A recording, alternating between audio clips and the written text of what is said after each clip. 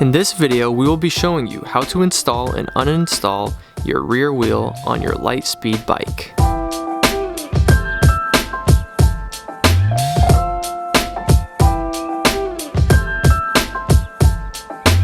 First, start off by removing the rear axle with an Allen wrench. Once you've removed the axle, make sure your bike is shifted to the highest gear in your cassette to make the rear wheel removal as easy as possible. Then pull up on the derailleur and pull the wheel toward you.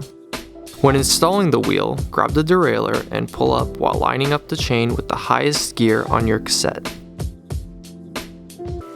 Once the chain has caught on the cassette, place the axle in and tighten it to the recommended torque spec.